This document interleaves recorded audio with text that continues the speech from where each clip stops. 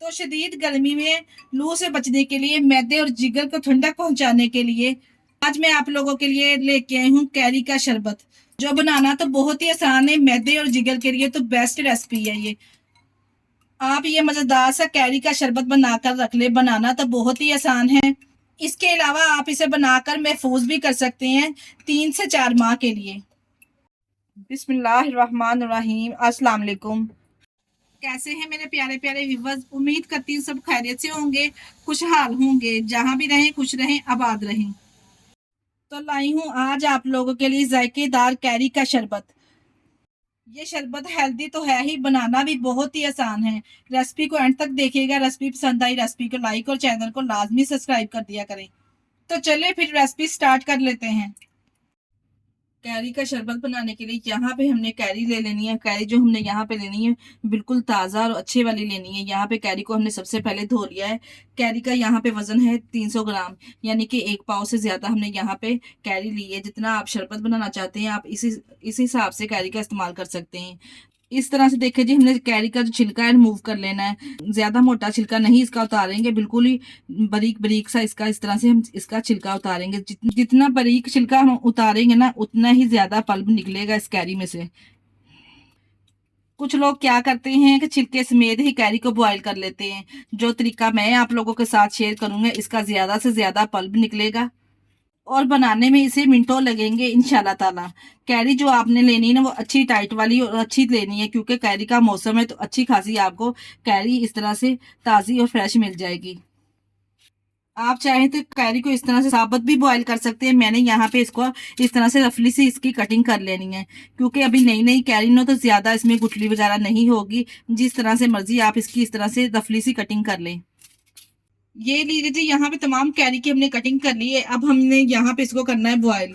Boil करने के लिए यहाँ पे मैंने एक पतीली ले ली है, इसमें तमाम कैरी को इस तरह से शामिल करेंगे। अगर आप चाहें तो आप इस प्रेशर कुकर में भी इसको बॉयल कर सकते हैं, नो इशू। क्योंकि अगर प्रेशर कुकर में आप इसको बॉयल करेंगे ना, तो आपको ज्यादा देर किचन में खड़ा भी नहीं होना पड़ेगा। कैरी को बॉईल करने के लिए यहाँ पे मैं 1 कप पानी का इस्तेमाल कर रही हूँ। अगर आपकी कैरी आधा किलो हो तो आप इसमें 2 मग पानी के शामिल कर लीजिए। बस जी, ऊपर से कवर लगाएंगे। मीडियम टू लो फ्लेम को कैरी को पकने के लिए छोड़ दे 15 मिनट। ये लीजिए जी, यहाँ पे हम 15 मिनट के बाद कैरी को चेक करेंगे। आप माशाल्लाह से चेक कर सकते हैं कि इस तरह से ये मक्खन की तरह नरम और सॉफ्ट हो चुकी है। इस तरह से स्पैचुला की मदद से अच्छे से ये मैश हो रही है। अब आपको यहाँ पे इसमें थोड़ा बहुत पानी नजर आ रहा है। आपने यहाँ पे पानी बिल्कुल ड्राई नहीं करना। इसी पानी के साथ इसको हम पहले ठंडा करेंगे। ठंडा करने के बाद हमने इसको किसी भी ब्लेंडर जग में डाल के ना अच्छे यहाँ पे हमने इसको ब्लेंड कर लेना है। बिल्कुल फाइनली सा हम इसका पेस्ट बना लेंगे। ये लीजिए जी, यहाँ पे हमने ब्लेंडर जैक में डाल के फाइनली देखे इस तरह से इसका पेस्ट तैयार कर लिया है। अगर आप चाहे तो इसी स्टेज पर आप इसमें पुदीने के पत्ते भी ऐड कर सकते हैं, जो मैंने यहाँ पे नहीं किए। इसी स्टेज पर आप इसमें काला नमक डालें, चीनी डालें और ये कैरी का शरबत बना के तैयार कर सकते हैं। पर मैंने इसको यहाँ पे 2 से 3 माह के लिए सेव करना है। इसको 3 से 4 माह के लिए सेव करने के लिए यहाँ पे दोबारा से मैंने तमाम पल्प को एक पतीली में शामिल कर लिया है। कैरी को शामिल करने के बाद, जैसा कि आपको पता है कैरी बहुत ही ज्यादा खट्टी होती है, तो यहाँ पे हम इसमें चीनी का इस्तेमाल करेंगे। यहाँ पे मैं 1 कप इसमें चीनी डाल रही हूँ। अगर आपकी कैरी ज्यादा है, 1 किलो है, तो फिर आप चीनी की मिकदार जो ज्यादा भी कर सकते हैं।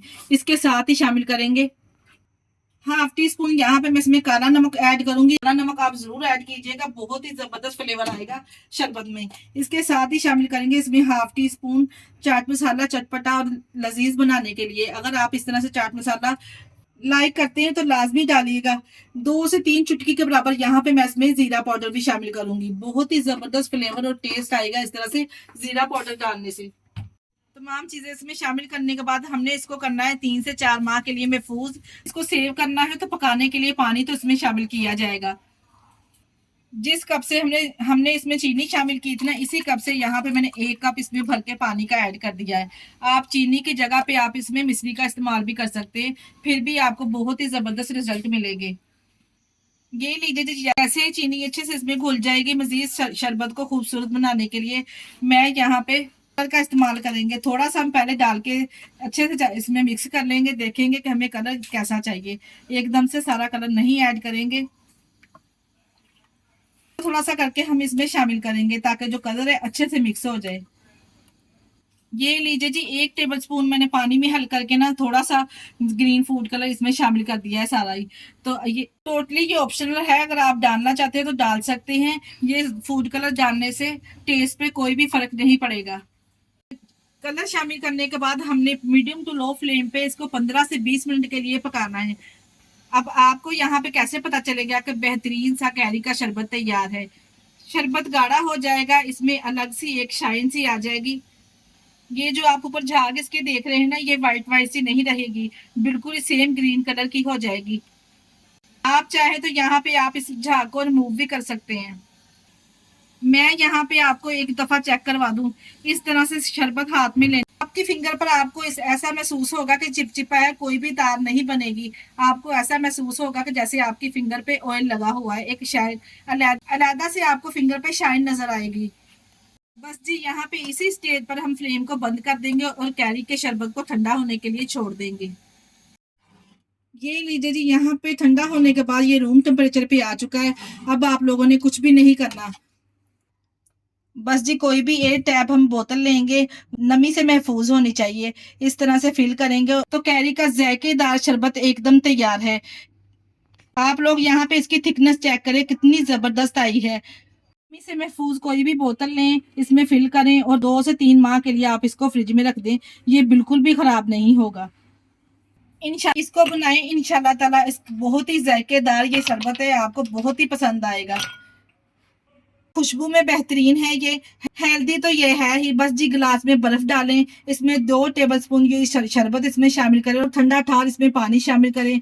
यकीन जानिए पीकर आपको मजा आ जाएगा, जितना ये हेल्दी है और जितना रिफ्रेशिंग है। यकीन जानिए जितना मर्जी भी आपका मूड खराब होगा ना, तो आप ये शरबत बना के पी लेंगे ना तो आपका मूड फ्रेश हो जाएगा। बस जी यहाँ पे मैंने शरबत के 2 टेबलस्पून इसमें डाल लिए, ठंडा पानी डालेंगे और इसमें बर्फ शामिल करेंगे और माशाल्लाह से ये लीजिए मजेदार सा कैरी का शरबत तैयार है। जी यहाँ पे मैंने 2 ग्लास बनाने के लिए 2 टेबलस्पून इसमें शरबत शामिल किया है, ठंडा ठार पानी, आइस क्यूब्स इसमें शामिल करेंगे, ठंडा ठार ये शरबत सर्व करेंगे। बहुत ही यूनिक बनेगा, आप एक दफा बनाकर तो देखें। इसी स्टेज पर अगर आपको हमारी वीडियो जरा सी भी अच्छी लग रही तो हमारी वीडियो को लाइक और चैनल को लाजमी सब्सक्राइब कर दिया करें। आप लोगों का बेहद शुक्रिया। अगर रेसिपी ट्राई करें तो अपना फीडबैक लाजमी दिया करें, मुझे आप लोगों के प्यारे से कमेंट का इंतजार रहेगा। इसी स्टेज पर मुझे दीजिए इजाजत, अपना बहुत सारा ख्याल रखिएगा और हमें दुआ में याद रखिएगा। ओके, अल्लाह हाफिज।